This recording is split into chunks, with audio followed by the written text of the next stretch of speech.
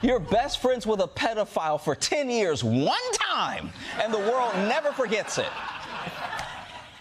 Trump's longtime relationship with Jeffrey Epstein now casting a shadow over his presidency, as new details just keep coming to light. A resurfaced video of Epstein from a 2010 deposition raising more questions. Have you ever socialized with Donald Trump in the presence of females under the age of 18? Though I'd like to answer that question, at least today, I'm going to have to assert my 5th, 6th, and 14th Amendment rights, sir. But as the DOJ interviews Epstein associate Ghislaine Maxwell, we're seeing a disturbing shift among some MAGA faithful, some right-wing commentators appearing to defend Maxwell. I do have a feeling that she just might be a victim. She just might be. She deserves to be out. And maybe she never deserved to be in there in the first place. I don't know, but I'm skeptical of everything and everybody these days, and you should be too. Meanwhile, today, veteran Epstein investigative reporter Barry Levine laying out the road ahead in a new op-ed, posing questions he says need answers, like how did Epstein make his money to finance his criminal operation? Are there references to Trump in the files that shed more light on their relationship? And who exactly were the clients? Joining me now is the author of that op-ed, Barry Levine, author of The Spider, Inside the Criminal Web of Jeffrey Epstein and Ghislaine Maxwell. Barry, thanks for being with us tonight. So why do you think, for so long, those questions have gone unanswered? All right, so today we are digging into the Jeffrey Epstein case, but not the stuff you already know. We're going beyond the headlines to focus on the one mystery that still hangs over everything: the money. Where did it come from, and where did it all go? So here's how we're going to break this all down. We'll start with why this story just won't go away. Then we have to talk about the very real human cost, the enduring trauma. After that, we'll do what investigators are doing right now: follow the money. We'll see how that money fueled a global operation, and we'll end with the huge questions that are still unanswered. Well, finally, we may eventually get down to the end of this road. And, beyond the journalists and authors like myself who have been looking into this case for decades, let's finally get some answers for the victims in this case. I mean, we know from the Justice Department there's over 1,000 victims. And I interviewed many women when I was working on my book, got to know them, what has happened to them over the years. They're still traumatized. They're traumatized by everything that's going on. Just over the past few years, we've lost 3 of the victims, one by suicide earlier this year, 2 of them from accidental drug overdoses. They have lived with the horrors of what happened to them for so long now. And for politics to get involved, for Donald Trump, President Trump to call it a hoax, it's just wrong. We need to see the files, but for both sides of the aisle, and for the American public to finally understand what's in that material. You point out in your op-ed that one of the areas in which we do not have much information right now is how Epstein made his money. Sort of the questions raised around a number of very sketchy transactions and also how he might have leveraged money, not just made his money, but used that money. Senator Ron Wyden been very aggressive about pursuing the same line of questioning. Walk us through what more you want to know there and what you think the financial side of the story could teach us. Well, it's the old follow the money. And it's so important now that we're finally getting to the roots of that. And I applaud the senator for making that investigation. He learned, for instance, that there were more than 4,000 wire transfers, totaling almost $1 billion of money that flowed eventually. Okay, so let's get right into why we're even talking about this again. A video recently resurfaced that has put the connection between Epstein and Donald Trump right back into the spotlight, and it's raising a lot of old questions. And that quote really says it all. The world absolutely remembers the headlines. But here's the thing, the truth, the actual mechanics of this entire operation, the full list of names, the real source of all that money, so much of that is still locked away. So check this out. Back in a 2010 deposition, Epstein was asked a point-blank question: have you ever socialized with Donald Trump in the presence of females under the age of 18? And his answer? He pled the fifth. Now, legally, that's his right. But as an answer? Well, it just created a whole lot more questions, didn't it? And that's why the conversation is shifting. It's moving past just the famous names. Journalists are now trying to understand the machinery behind it all. But before we get to that, you have to understand the devastating human toll of this whole thing. Because look, before we get into the dollars and cents, we have to acknowledge the deep, lasting damage done to his victims. This isn't just some financial puzzle, it's a story about unimaginable human suffering. And the scale, it's just staggering. The Department of Justice has officially identified more than 1,000 victims. Just let that number sink in for a second. Over 1,000 individual lives just shattered by this network. And this isn't something that just ended.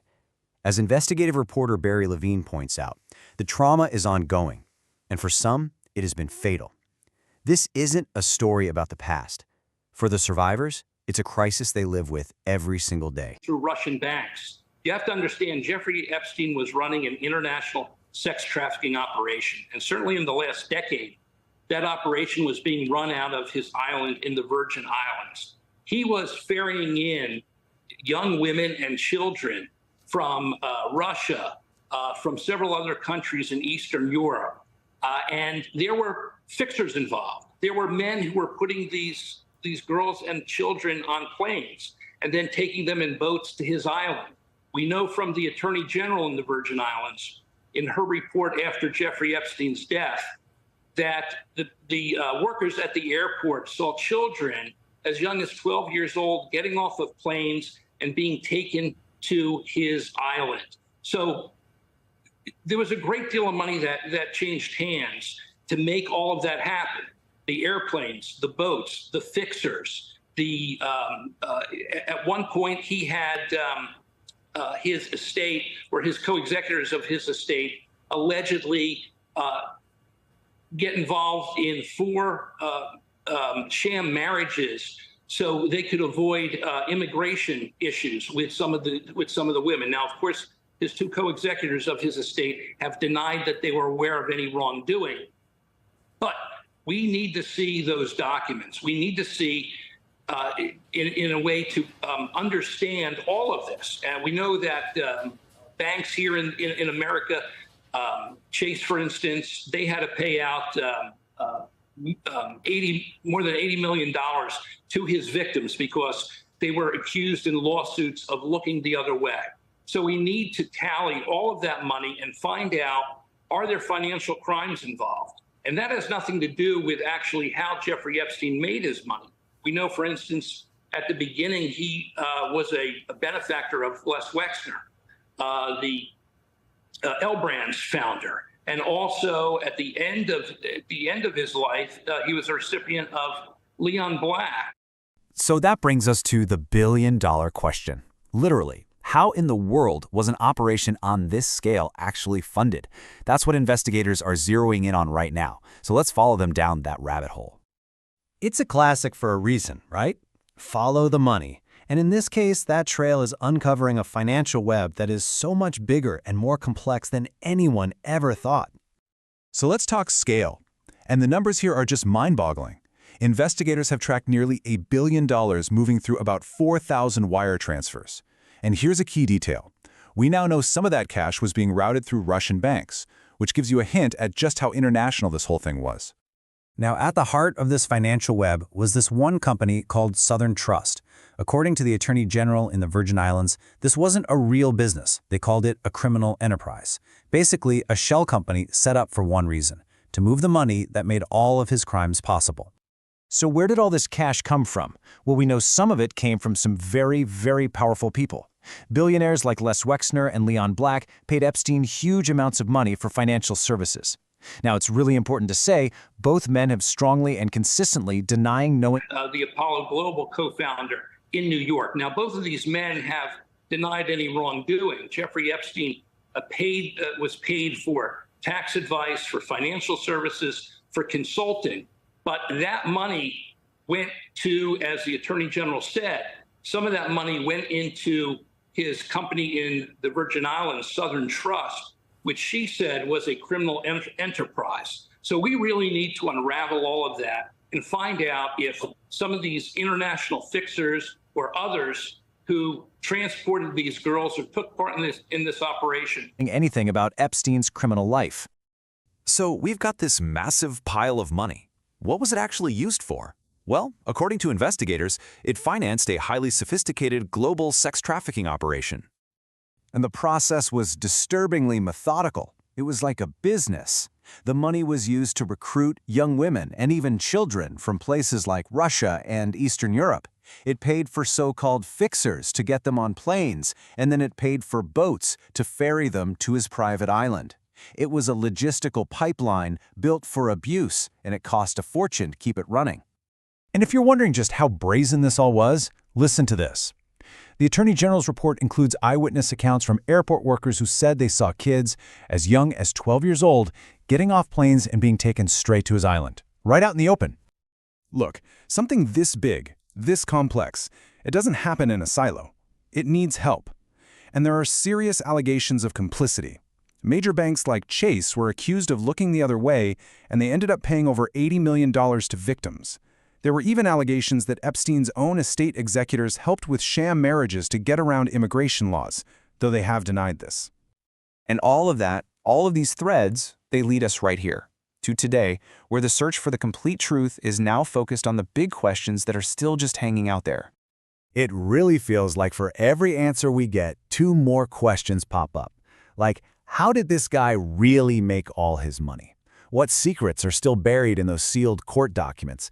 And who else, besides the names we know, was part of this international network of fixers, financiers, and facilitators?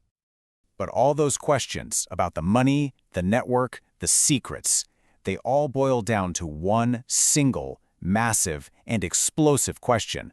It's the one victims and journalists are still fighting for, the one that could blow this whole thing wide open. Who exactly were the clients?